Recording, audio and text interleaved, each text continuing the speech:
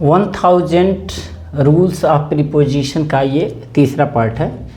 पहला सेंटेंस है Gandhi ji was born 1869, dash करके है 1869।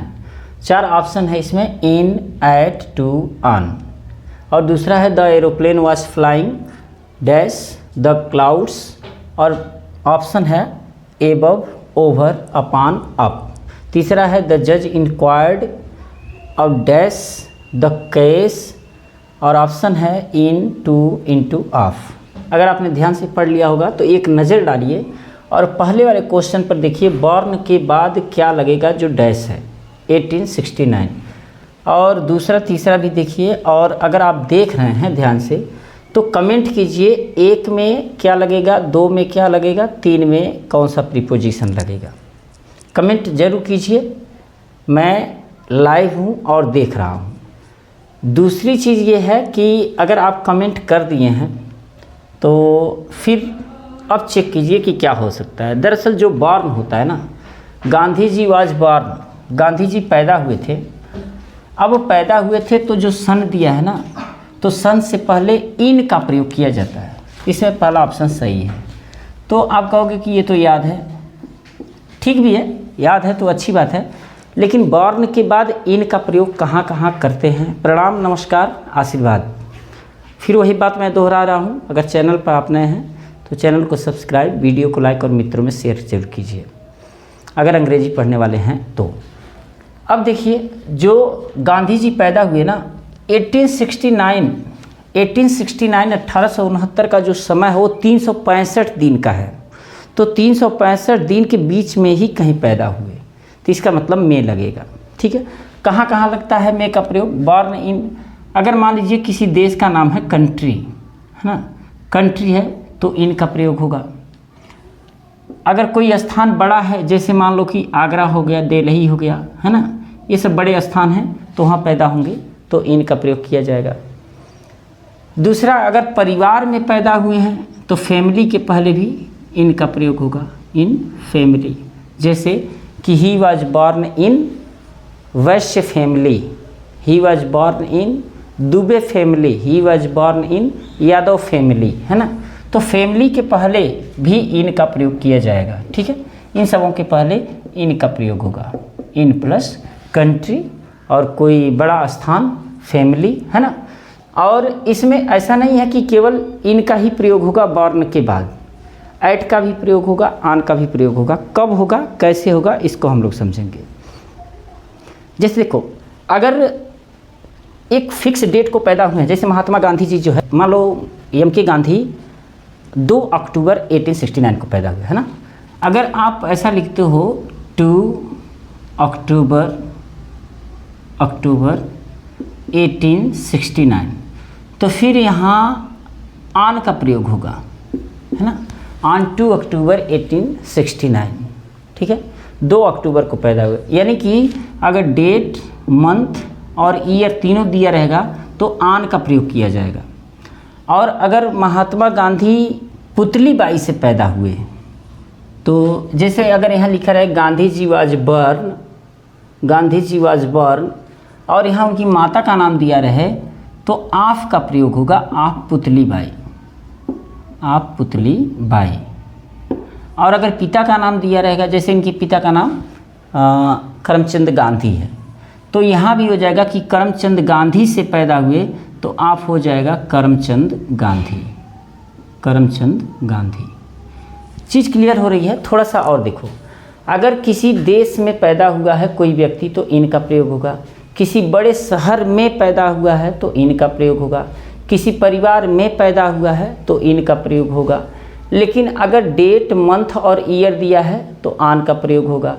और अगर पिता माता से पैदा हुआ है या माता पिता का नाम दिया है तो ऑफ प्लस माता का नाम या पिता का नाम प्लस फादर या मदर या पेरेंट्स लिखा रहेगा, ऑफ। और अगर कोई 2 बजे, 2:30 बजे, 3 बजे अगर पैदा होता है तो एट का प्रयोग किया जाएगा, एट 2:30 PM, है ना, एट 2:30 PM या एट 12 AM, ऐसे होगा। यानी कि जब निश्चित टाइम रहेगा तो एट का प्रयोग होगा, जब डेट मंथ और ईयर दिया रहेगा तो आन का प्रयोग होगा, और माता पिता से दिया रहेगा तो आफ का प्रयोग होगा। अगर देश कोई बड़ा शहर और परिवार दिया है तो इन का प्रयोग होगा। तो यहाँ पर चूँकि ईयर है, एक ईयर है, ईयर मैंने लिखा नहीं है, अगर किसी ईयर में पैदा हो रहा है तो इन का प्रयोग होगा। क्लियर हुआ? मतलब एक क्वेश्चन तो है लेकिन ये शानदार है, इससे बहुत से प्रीपोजिशंस हम सीख सकते हैं। दूसरा है द एरोप्लेन वाज फ्लाइंग। देखो जहाज उड़ रही थी, कहाँ उड़ रही थी? अब above the cloud, over the cloud, upon the cloud, up the cloud. अब का प्रयोग नहीं होता, अब का प्रयोग ज़्यादातर एडवर्ब के रूप में किया जाता है, जैसे अप्स डाउन्स यानी कि उतार चढ़ाव होता है। लेकिन बाकी तो प्रीपोजिशन के प्रयोग में ये तीनों होते हैं। अपान जो होता है गतिमान अवस्था में होता है तो इसका प्रयोग होगा नहीं। अब इसमें एबव और ओवर, देखो एबव और ओवर में थोड़ा सा जान लो। जो ओवर होता है ना मूवमेंट के लिए होता है, और जो एबव होता है ना ये मूवमेंट के लिए नहीं होता बल्कि लेवल बताने के लिए होता है ना। तो जहाज किस में है? आप कहोगे कि ये तो फ्लाइंग कर रही है, मूवमेंट में है, तो इसका मतलब ओवर होगा, है ना। अब थोड़ा सा ओवर और एबव का प्रयोग जान लो। जैसे ओवर का प्रयोग जो होता है ना वो मूवमेंट में होता है, मूवमेंट में, और क्षैतिज होता है ऐसे। और जो एबव का प्रयोग होता है वो लेवल बताने के लिए होता है। जैसे आप नदी में नहा रहे हो और नदी का पानी जो है आपके नाक के ऊपर से है, तो आप कहोगे the water is above my nose, है ना, मेरे नाक के ऊपर है। जैसे लेवल बताने के लिए एबव का प्रयोग किया जाता है। और एबव जो होता है नो मूवमेंट के लिए होता है। जैसे बादल, सर के ऊपर बादल है तो आप कह सकते हो there are clouds over my head. बादल उड़ नहीं रहे ना, आप केवल इतना बता रहे हो कि मेरे सर के ऊपर बादल हैं, तो बादल रुके हुए हैं, तो इसका मतलब there are clouds over my head, above my head होगा। लेकिन अगर वहीं जहाज जा रही है तो आप कहोगे the aeroplane is flying over my head, यानी कि मेरे सर के ऊपर से उड़ रही है ना। तो कहने का मतलब ये है कि यहाँ पर जो है ओवर का प्रयोग होगा। द जज इंक्वायर्ड, जज ने जांच किया, द केस। देखो इंक्वायर्ड के साथ इनटू का प्रयोग होता है ना।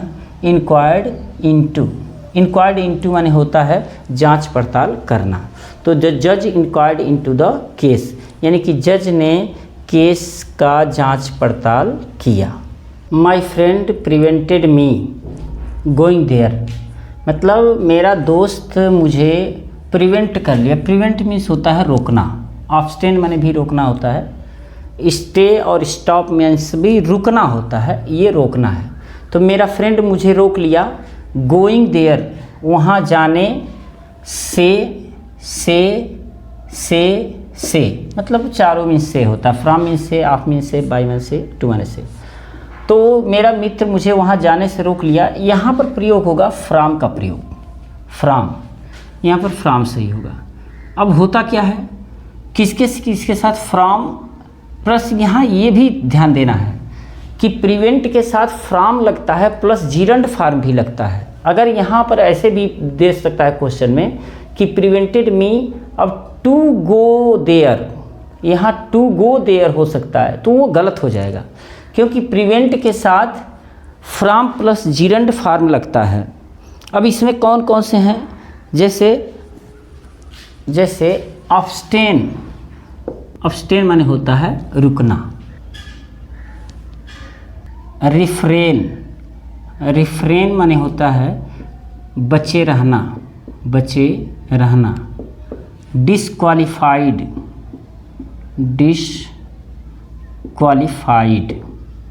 डिसक्वालिफाइड यानी कि अनुत्तीर्ण होना, डिसक्वालिफाइड,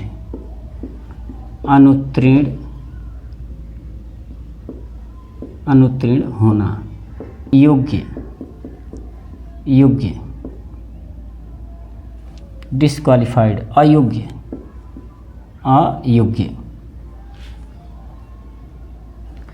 और एक होता है प्रोहिबिट, प्रोहिबिट माने होता है मना करना। फिर से एक बार देख लेते हैं। अब्स्टेन मतलब होता है रुकना, रिफ्रेन माने होता है बचे रहना या दूर रहना, बचते रहना या दूर रहना। डिसक्वालीफाइड माने होता है अयोग्य, और प्रोहिबिट माने होता है मना करना। इन सब के साथ फ्रॉम प्लस जीरंड फॉर्म का प्रयोग किया जाता है, याद रहे ये, है ना।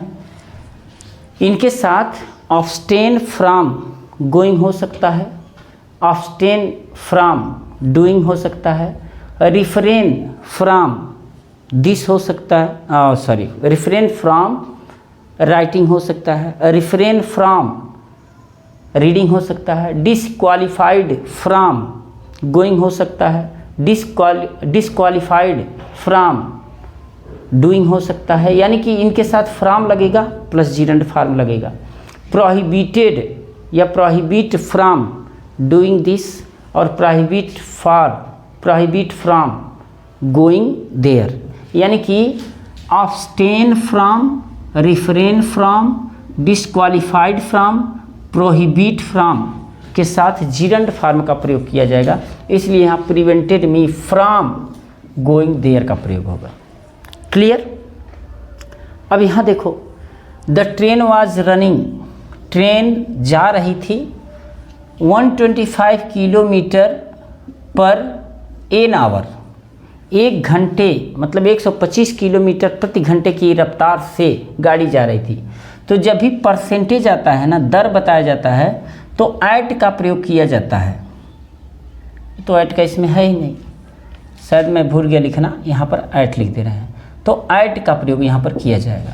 जब भी दर आ जाए ना, यहाँ पर प्रतिशत आ जाए, रेट आ जाए, दर आ जाए, तो ऐसे में हम ऐट का प्रयोग करते हैं। ठीक है। नेक्स्ट है दे कंप्लेंड, उन लोगों ने शिकायत किया। देखो, कंप्लेन के साथ 2 प्रीपोजिशन लगाए जाते हैं, एक अगेंस्ट है, अगेंस्ट, और एक है अबाउट या ऑफ। तो जो अगेंस्ट का प्रयोग किया जाता है ये पर्सन के साथ किया जाता है, और जो अबाउट का प्रयोग किया जाता है ये थिंग के लिए किया जाता है। तो कहने का मतलब ये है कि पर्सन रहेगा तो कंप्लेन के साथ अगेंस्ट का प्रयोग करेंगे, और अगर थिंग रहेगा तो कंप्लेन के साथ अबाउट या ऑफ का प्रयोग करेंगे। अब पर्सन में क्या हो सकता है, राम, श्याम, मोहन हो सकता है, ही, सी, हर, देम हो सकता है, कुछ भी हो सकता है, वो पर्सन रहेगा, है ना। जरूरी नहीं कि पर्सन ही लिखा रहे, कोई पर्सन का नाम या नाउन ऐसे भी कह सकते हैं कि पर्सन का नाम भी दे सकता है, रिश्ता भी दे सकता है, वह, तुम, मैं भी दे सकता है ना। तो यहाँ बॉस क्या है, पर्सन है, तो पर्सन के लिए अगेंस्ट का प्रयोग किया जाएगा, अगेंस्ट। और अगर यही थिंग रहता तो अबाउट का प्रयोग किया जाता या ऑफ का प्रयोग किया जाता।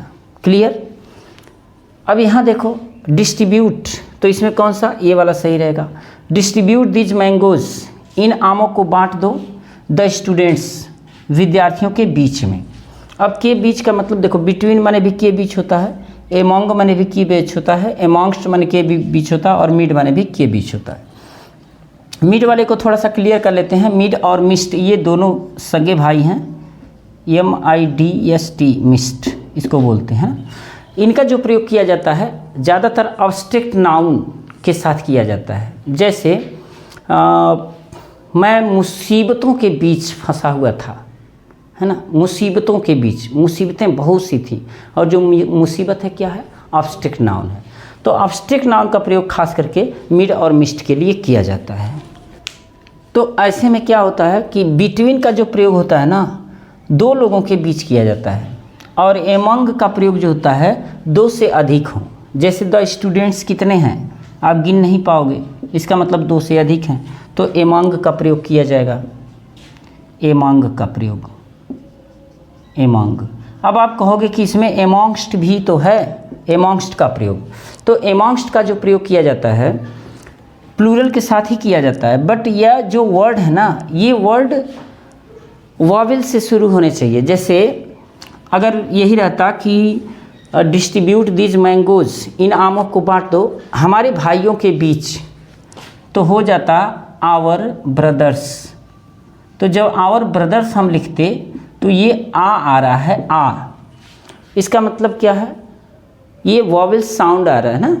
तो जब वॉवेल साउंड आएगा और यहाँ पर प्लूरल रहेगा तो एमॉन्ग्स्ट का प्रयोग किया जाएगा। जैसे यह आम हमारे बीच बांट दो तो हो जाएगा एमॉन्ग्स्ट अस, तो अ से शुरू हो जाता। तो जहाँ अगर कहेगा योर ब्रदर तो योर में य आ रहा है तो उसके पहले नहीं लगेगा, ये भी ध्यान देना है। जो साउंड होता है ना वॉवेल साउंड, उसके पहले अगर वॉवेल साउंड है तो यहाँ एमॉन्ग्स्ट का प्रयोग किया जाएगा, नहीं तो एमॉन्ग का प्रयोग किया जाएगा। क्लियर हो रहा है। और बिटवीन का प्रयोग कब किया जाता है, जब दो से अधिक के लिए भी बिटवीन का प्रयोग किया जाता है, बशर्ते एंड लगा हो, एंड से जुड़ा हुआ हो, है ना। लेकिन ज़्यादातर जो आप पढ़ोगे बिटवीन का प्रयोग दो लोगों के लिए किया जाता है। द सोल्जर एम्ड, देखो सोल्जर मतलब होता है सिपाही और सैनिक भी कह सकते हो। एम मतलब होता है निशाना लगाना। हिज पिस्टल यानी कि अपने पिस्टल से, सिपाही ने अपने पिस्टल से निशाना लगाया, कहाँ पर लगाया, द एनिमी यानी कि दुश्मन पर। तो दुश्मन पर लगाया तो दुश्मन पर का अंग्रेजी एट भी होगा, आन भी होगा। टू से कह सकते हो, फार के लिए कह सकते हो, तो आन एट में से एक होगा। लेकिन एम के साथ एट ही लगता है। एम जो होता है ना ये फिक्स प्रीपोजिशन लेता है एट, और एट के बाद कोई पर्सन भी हो सकता है या थिंग भी हो सकता है। तो पर्सन और थिंग के साथ एम के साथ एट का प्रयोग किया जाता है। फिक्स प्रीपोजिशन है, बहुत इंपॉर्टेंट है, इसको हमेशा दोहराते रहिए और जब दोहराएंगे तभी चीज़ें याद होंगी। क्लियर। नेक्स्ट है what is the time. What is the time, क्या समय हुआ है। अब योर वॉच, आपकी घड़ी में, ऐसा बोलते हैं ज़्यादातर लोग कि आपकी घड़ी में क्या समय हुआ है, लेकिन वास्तव में आपकी घड़ी में क्या समय हुआ है नहीं, आपकी घड़ी के द्वारा क्या समय हुआ है। तो टाइम बाय योर वॉच का प्रयोग किया जाता है, यानी कि यहाँ पर बाय का प्रयोग होगा। क्लियर। हिज नेबर यानी कि उसका पड़ोसी, इज जीलस, जीलस मतलब ईर्ष्यालु है, उससे, जीलस के साथ हमेशा ऑफ का प्रयोग किया जाता है। जीलस ऑफ, याद रहे ये भी, जीलस के साथ ऑफ का प्रयोग किया जाएगा। His neighbour is jealous of होता है। ये देखो जीलस के साथ अगर यहाँ पर कोई पर्सन है तो भी ऑफ, और अगर कोई थिंग है तो भी ऑफ का ही प्रयोग किया जाएगा, है ना। जीलस के साथ ऑफ का प्रयोग किया जाएगा पर्सन और थिंग के लिए। नेक्स्ट, द जज आर्डर्ड, जज ने आर्डर दिया द इंस्पेक्टर, इंस्पेक्टर को क्या करने के लिए, टू राइट, लिखने के लिए, इंक, स्याही से, तो विथ के साथ होगा, इन, बाई, टू। लेकिन एक चीज़ याद रखना हमेशा, राइट के साथ जब भी यहाँ पर इंक आता है, इंक या पेंसिल आता है, पेंसिल, तो ऐसे में हमेशा इन का प्रयोग किया जाता है। यह कई बार क्वेश्चन पूछा गया है पीजीटी वगैरह में, है ना, जो ग्रामर पार्ट होता है, एसएससी सीजीएल वगैरह में भी पूछा गया है। तो इसको हमेशा याद रखना, राइट इन इंक होगा या राइट इन पेंसिल होगा, है ना। जज ordered the inspector to write in ink या in pencil. The cat jumped और स्प्रिंग, देखो जंप माने कूदना और स्प्रिंग माने भी कूदना, उछलना, तो जंप्ड या स्प्रिंग। द कैट जंप्ड यानी कि कूद गई, टेबल, टेबल पर, तो एट माने पर, आन माने पर, टू माने भी से होता है, अपान माने के ऊपर। तो यहाँ जो जंप है ना, जंप के बाद अपान लगेगा, यहाँ पर डी लगेगा। देखो अपान का प्रयोग कब किया जाता है, अपान मतलब होता है के ऊपर, जब गतिमान अवस्था में हो और के ऊपर आए तो ऐसे में अपान का प्रयोग किया जाता है। वैसे अगर छोटी चीज़ पर कोई कूदता है, जैसे अगर कैट ही है और वो छोटी चीज़ पर कूद रही है तो उसके लिए एट का प्रयोग होगा। जंप, जैसे मान लो बिल्ली जो है जंप और यहाँ पर रहे रैट, तो यहाँ एट का प्रयोग होगा, जंप एट रैट, यानी कि बिल्ली जो है जंप्ड की किस पर, एट द रैट, चूहे पर जंप की। अगर यही कॉन्क्लूजन होता है, जंप के बाद यहाँ कॉन्क्लूजन होता है, कॉन्क्लूजन, कॉन्क्लूजन होता है, तो यहाँ जंप के साथ आन का प्रयोग होगा। अगर जंप के साथ या स्प्रिंग के साथ कॉन्क्लूजन है तो फिर आन का प्रयोग होगा। अगर छोटी चीज़ है तो सॉरी आन का नहीं, ये टू का प्रयोग होगा। जंप टू कंक्लूजन का प्रयोग होगा, या स्प्रिंग टू कंक्लूजन होगा। फिर से एक बार देख लो, अगर जंप है और जंप या स्प्रिंग है, स्प्रिंग के बाद अगर बड़ी चीज़ है और गतिमान अवस्था में है तो अपान का प्रयोग होगा के ऊपर। अगर छोटी चीज़ पर बिल्ली कूदती है, जैसे रैट हो गया, रैट पर कूदती है तो ऐट का प्रयोग होगा। अगर कोई मामला है और उछल करके वो किसी कंक्लूजन पर आ जाता है, कोई बात कंक्लूजन पर आ जाती है, तो जंप या स्प्रिंग के साथ टू का प्रयोग किया जाएगा, कंक्लूजन। ठीक है। The BJP has been governing in India, Bharat में शासन कर रही है 2014 से। अब 2014 से के लिए सिंस, फॉर, फ्रॉम, बाई, तो यहाँ जो निश्चित समय है 2014, तो इसका मतलब सिंस लगेगा, फॉर का प्रयोग नहीं होगा। तो निश्चित समय कौन कौन से होते हैं? अगर प्रेजेंट परफेक्ट कंटिन्यूअस टेंस आपने पढ़ा है या पास्ट परफेक्ट कंटिन्यूअस टेंस पढ़ा है तो उसमें देखे होंगे कि सिंस और फॉर का प्रयोग किया जाता है टाइम के लिए। और कौन से टाइम? निश्चित, सर्टेन और अनसर्टेन टाइम के लिए। तो निश्चित टाइम वो होता है जैसे दिन का कोई भी भाग होता है, जैसे सुबह, दोपहर, शाम, भोर, भिनसहरा, गदबेर, है ना, मॉर्निंग, इवनिंग, नाइट, डस्क, ये निश्चित टाइम होते हैं। इनके पहले सिंस का प्रयोग किया जाता है। पिछला दिन, पिछला महीना, पिछला हफ्ता, पिछला वर्ष, पिछला त्यौहार, पिछला जन्मदिन, पिछला मरण दिन, कुछ भी पिछला है, लास्ट लगा है, तो वो फिक्स टाइम है, उसके साथ सिंस का प्रयोग होगा।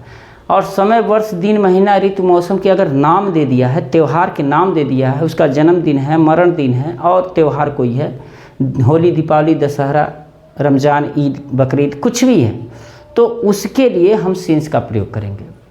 फॉर का प्रयोग कहाँ करेंगे? जैसे 4 महीनों से, 4 दिन से, 15 दिन से, 15 महीनों से, 15 वर्ष से, वर्षों से, महीनों से, दिनों से निश्चित ना हो तो उसके लिए हम फॉर का प्रयोग करते हैं, तो यहाँ सिंस का प्रयोग होगा। ही रोट अबाउट हिम, देखो ये उसने उसके बारे में लिखा, कहाँ? पेज, किस पेज पर? पेज पर, तो ऑन, एट, इन नहीं रहेगा, अपान भी नहीं रहेगा, तो पेज पर, यानी कि ऑन का भी प्रयोग किया जाता है और एट का भी प्रयोग किया जाता है। ऐसे में दोनों ऑप्शन ये सही हो सकते हैं। ऐसा कभी कभी होता है कि दोनों ऑप्शन भी सही हो सकते हैं, है ना।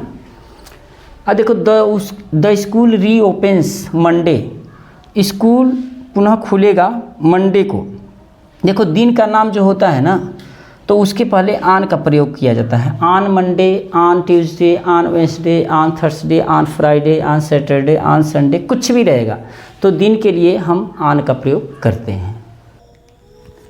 द इंग्लिश रूल्ड इंडिया, देखो रूल मीन्स होता है शासन करना, है ना, लेकिन एक फ्रेज है rule over. Rule over means होता है शासन करना। शासन करना का मतलब ये है कि गुलाम बना के रखना।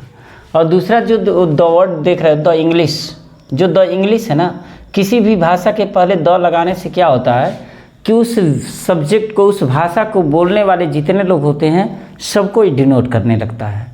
यानी कि सबको डिनोट करने का मतलब द इंग्लिश का मतलब अंग्रेज हो जाएगा, द हिंदी का मतलब भारतीय हो जाएगा, द चाइनीज का मतलब चाइना के लोग हो जाएंगे, है ना। तो द इंग्लिश यानी कि अंग्रेज लोगों ने रूल्ड ओवर किया, किस पर? इंडिया पर। इंडिया पर शासन किया। अब रूल ऑन इंडिया नहीं होगा, है ना, यानी कि भारत पर शासन किया। रूल एट नहीं होगा इंडिया पर, यानी कि इंडिया पर, एट नहीं होगा। रूल इन, भारत में शासन किए, इन भी नहीं होगा। रूल के साथ ओवर का प्रयोग किया जाता है। करेक्ट। नेक्स्ट है there was not a single person, एक भी व्यक्ति नहीं था। एक्वेंटेंस मीन्स होता है परिचित। एक्वेंटेंस मीन्स होता है परिचित। परिचित का मतलब होता है फेमिलियर। फेमिलियर का मतलब होता है नोन, जाना पहचाना। Acquaintance, me in the city, मतलब मुझसे, मतलब कोई भी एक सिंगल पर्सन भी उस शहर में मुझसे परिचित नहीं था, मुझसे परिचित नहीं था। एक्वेंटेंस, तो से का अंग्रेजी टू भी होता है, विथ भी होता है, फ्रॉम भी होता है, ऑफ भी होता है। लेकिन जो एक्वेंटेंस है ना, इसके साथ विथ का प्रयोग किया जाता है। ये फिक्स प्रीपोजिशन है, विथ का प्रयोग किया जाता है। अब विथ का प्रयोग इकलौता एक्वेंटेंस नहीं है जिसके साथ विथ का प्रयोग किया जाता है। बहुत से ऐसे वर्ड्स हैं, यानी कि वर्ब या एडजेक्टिव हैं जिनके साथ विथ का प्रयोग किया जाता है। उसमें से कुछ ऐसे हैं जैसे सेटिस्फाइड अगर कर देंगे तो सेटिस्फाइड के साथ विथ लगता है, डिससेटिस्फाइड के साथ विथ लगता है, डिससेटिस्फाइड के साथ विथ लगता है, प्लीज्ड के साथ विथ लगता है, प्लीज्ड के साथ विथ लगता है, डिसप्लीज्ड के साथ विथ लगता है, डिसप्लीज्ड के साथ विथ लगता है, सप्लाई, सिंपैथाइज और क्वेरल के साथ भी विथ का ही प्रयोग किया जाता है। क्वेरल मीन्स झगड़ा करना। तो सेटिस्फाइड संतुष्ट होना, डिससेटिस्फाइड असंतुष्ट होना, प्लीज्ड प्रसन्न, डिसप्लीज्ड अप्रसन्न, सप्लाई पूर्ति करना, सिंपैथाइज सहानुभूति देना, सहानुभूति प्रकट करना और क्वेरल झगड़ा करना, इन सब के साथ भी विथ का ही प्रयोग किया जाता है। ये हमेशा याद रखो, है ना। तो एक्वेंटेंस के साथ विथ होता है, सेटिस्फाइड के साथ विथ होता है, डिससेटिस्फाइड के साथ विथ होता है, प्लीज्ड के साथ विथ होता है, डिसप्लीज्ड के साथ विथ होता है, सप्लाई के साथ विथ होता है, सिंपैथाइज के साथ विथ होता है और क्वेरल के साथ भी विथ होता है। ये ऐसा ही नहीं है कि केवल इन्हीं के साथ विथ होता है, बल्कि प्रोवाइड के साथ भी विथ होता है और बहुत से वर्ड ऐसे हैं जिनके साथ विथ का प्रयोग किया जाता है। याद रखना, there was not a single person, acquaintance अगर रहेगा तो एक्वेंटेंस के साथ विथ का प्रयोग होगा। करेक्ट, एक्वेंटेंस के साथ विथ का प्रयोग होगा। नेक्स्ट है एवरीवन शुड ऑलवेज लिसन, मतलब हर एक को, प्रत्येक को हमेशा सुनना चाहिए। क्या सुनना चाहिए? The advice of his well wishers, यानी कि उनका भला चाहने वालों का सलाह जो है हमेशा सुनना चाहिए। देखो, लिसन के साथ टू का प्रयोग होता है, आप जानते होंगे। लिसन के साथ टू का प्रयोग होता है, प्रीफर के साथ टू का प्रयोग होता है, प्रीफर के साथ, नो के साथ टू का प्रयोग होता है ना। तो प्रीफर टू होता है, नोन टू होता है। वैसे आप देखेंगे कि कुछ एडजेक्टिव है जैसे junior, inferior, interior, exterior, prior, superior के साथ भी टू का प्रयोग किया जाता है। लेकिन याद रखो, लिसन के साथ टू का प्रयोग, प्रीफर के साथ टू का प्रयोग और नो के साथ भी टू का प्रयोग किया जाता है। क्लियर? नेक्स्ट देखो, आई क्लोजली रिजेंबल, मैं बहुत ज़्यादा, क्लोजली रिजेंबल समान हूँ, माई फादर मेरे पिता से, इन फेशियल फीचर यानी कि चेहरे के फीचर्स के हिसाब से मैं पिताजी से काफ़ी समान हूँ। तो काफ़ी समान हूँ, रिजेंबल माने होता है के समान होना। तो अब देखो, पिताजी मतलब मेरे पिताजी के चेहरे के समान, तो के आ रहा है ना, तो ऑफ माने के, टू माने के, विथ माने के साथ और नन माने कुछ नहीं। वास्तव में जो रिजेंबल होता है ना, रिजेंबल का मतलब के समान होता ही है। रिजेंबल मतलब के समान, तो फिर के समान होता है तो इसमें प्रीपोजिशन आने की संभावना ही नहीं है, इसका मतलब नन सही होगा, याद रखना। अब देखो, इसमें क्या है कि रिजेंबल के साथ कोई प्रीपोजिशन नहीं लगता। तो क्या ऐसे कुछ हैं क्या जिनके साथ प्रीपोजिशन नहीं लगता? अगर आप प्रीपोजिशन वाले प्लेलिस्ट में जाओगे तो वहाँ एक वीडियो मिलेगा आपको, ओमिशन ऑफ प्रीपोजिशन, यानी कि ओमिशन ऑफ प्रीपोजिशन का ओमिशन, है ना। यानी कि उसमें ये बताया गया है कि प्रीपोजिशन कहाँ पर नहीं लगते हैं। तो बहुत से ऐसे वर्ब हैं, एडजेक्टिव हैं जिनके साथ प्रीपोजिशन नहीं लगते हैं। तो उस वीडियो को आप ज़रूर देखो, तो ये क्लियर हो जाएगा कि प्रीपोजिशन कहाँ कहाँ नहीं लगते हैं, है ना। Ramcharitmanas has been written, Ramcharitmanas लिखा गया है डार्क इंक, यानी कि काली स्याही से में नन। अब यहाँ एक ध्यान देना है, एक चीज़ हो सकता है कि ऑप्शन आपको न दिखाई दे रहा हो, लेकिन ये ऑप्शन है विथ के साथ, बाई के द्वारा, इन में और नन माने कुछ नहीं। तो होता क्या है कि जब भी राइट किया जाता है, जब लिखा जाता है ना, अगर इंक से लिखोगे आप तो इन का प्रयोग होगा, और अगर पेंसिल से लिखोगे तो भी इन का प्रयोग होगा। पेंसिल से लिखोगे तो भी इन का प्रयोग होगा। कहने का मतलब है कभी कभी हाथ से लिखते हैं ना, सब हाथ से तो हमेशा लिखते हैं, लेकिन कभी कभी होता है स्याही से लिखते हैं, स्याही में काली स्याही से लिखते हैं, पेंसिल से लिखते हैं। तो ऐसे में अगर ये रहेगा तो इन लगेगा, यानी कि इंक रहेगा और पेंसिल रहेगा तो इन लगेगा, और बाकी के द्वारा जो है बाई का प्रयोग किया जाता है, जैसे बाई पेन हो जाएगा, है ना, बाई मार्कर हो जाएगा, ये सब हो जाएगा। लेकिन जब भी राइट आएगा तो राइट के साथ अगर इंक आता है तो इन का प्रयोग करें, पेंसिल आता है तो इन का प्रयोग करें, बाकी के साथ जैसा ज़रूरत हो जैसे बाई का प्रयोग करें। तो प्रीपोजिशन का 1000 प्रीपोजिशन पार्ट 3 था ये, और मुझे लग रहा है कि आप इसका फ़ायदा उठाए होंगे। वैसे प्रीपोजिशन प्लेलिस्ट में आप जाओगे तो पूरा प्रीपोजिशन एक ही वीडियो में दिया गया है, जो सिंपल प्रीपोजिशंस हैं। ये तो बहुत सारे एक्सेप्शनल हैं, कुछ फिक्स्ड हैं, है ना, तो उनके साथ जैसा प्रीपोजिशन लगा है। उम्मीद कर रहा हूँ कि वीडियो आपको अच्छा लगा होगा। अगर चैनल पर नए हैं तो चैनल को सब्सक्राइब कीजिए, वीडियो को मित्रों में शेयर कीजिए और लाइक भी कीजिए। मिलते हैं नेक्स्ट वीडियो में। प्रणाम।